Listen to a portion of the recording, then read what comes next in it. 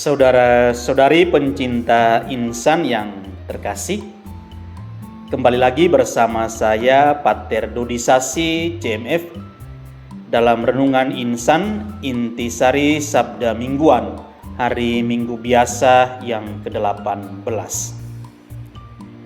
Teks Injil yang dibacakan pada hari Minggu Biasa yang ke-18 ini merupakan bagian dari wacana Yesus yang cukup panjang tentang kepercayaan kepada Allah yang mengusir segala kekhawatiran dan ketakutan, serta tentang penyerahan diri sepenuhnya pada penyelenggaraan ilahi. Perikop Injil hari ini berada di tengah dua pengajaran tersebut dan dimulai dengan sebuah interupsi dari seseorang dari orang banyak yang meminta Yesus menyelesaikan persoalan warisan keluarga. Menanggapi permintaan tersebut, Yesus tidak masuk pada rincian hukum, melainkan langsung menyentuh akar persoalan, perpecahan akibat keterikatan pada kepemilikan harta benda.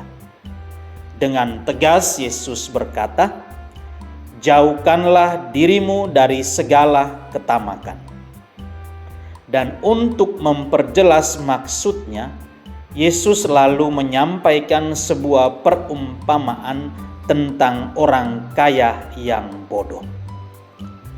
Saudara-saudari terkasih, melalui perumpamaan ini, Yesus sebenarnya mengingatkan kita akan bahaya besar dari ketamakan dan keserakahan, yakni keinginan tak terkendali akan harta benda, yang tidak pernah merasa cukup dan selalu ingin lebih hanya untuk kepentingan diri sendiri.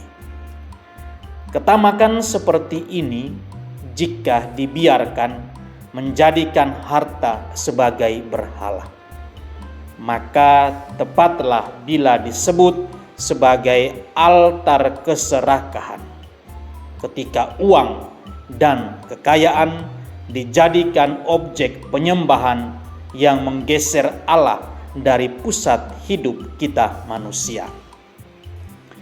Pencinta insan yang dikasihi Tuhan, bentuk paling nyata dari keserakahan, ketamakan dalam teks ini adalah keterikatan pada uang. Tokoh yang meminta Yesus menyuruh saudaranya berbagi warisan sebenarnya menjadi cermin bagi kita semua. Sebuah undangan untuk merenungkan kembali relasi kita dengan kekayaan dan dengan uang.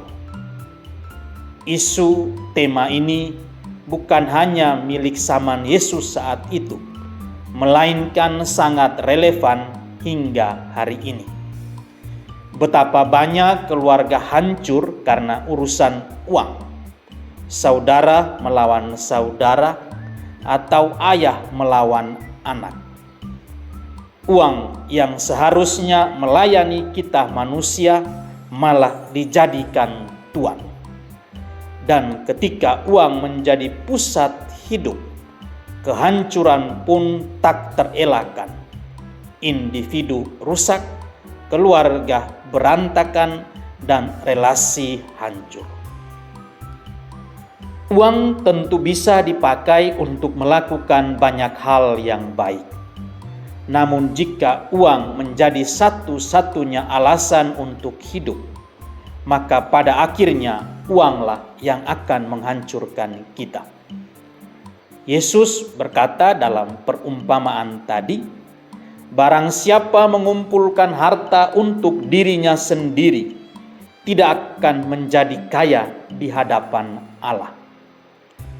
Kita tentu bisa bertanya, apakah salah jika seseorang ingin menjadi kaya?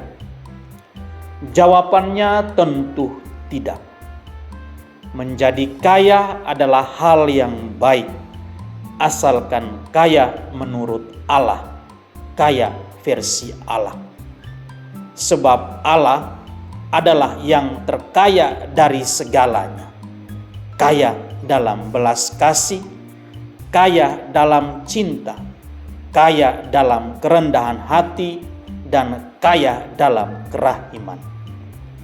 Kekayaan Allah tidak memiskinkan siapapun, tidak menciptakan pertengkaran, melainkan membangun dan memperkaya yang lain. Kekayaan Allah adalah kekayaan yang memberi dan membagikan.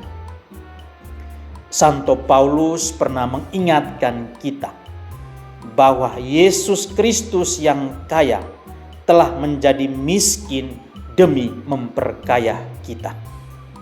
Inilah jalan Allah, jalan kerendahan hati, pelayanan, dan pemberian diri. Jalan inilah yang harus kita tempuh bila kita ingin benar-benar kaya menurut ukuran surgawi, kaya menurut Allah, kaya versi Allah. Saudara-saudari pencinta insan yang terkasih, mengumpulkan harta benda saja tidak cukup untuk hidup dengan baik. Yesus menegaskan hidup tidak tergantung pada kekayaan.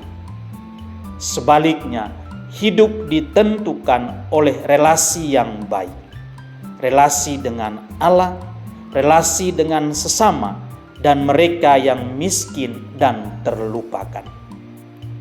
Maka saya mengajak kita untuk bertanya sebentar dalam hati kita.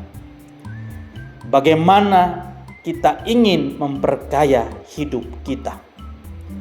Apakah kita ingin menjadi kaya menurut Allah, ataukah menurut keserakahan kita sendiri?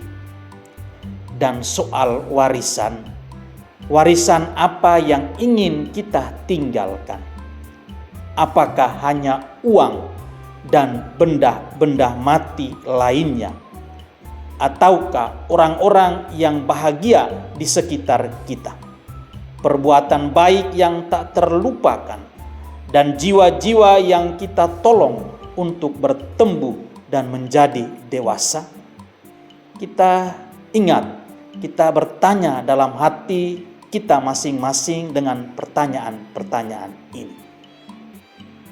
Semoga Bunda Maria yang selalu menempatkan Allah sebagai harta sejatinya membantu kita untuk memahami dan memilih kekayaan yang sejati, kekayaan yang tidak akan binasa dan bernilai kekal di hadapan Allah, kekayaan menurut Allah, kekayaan versi Allah.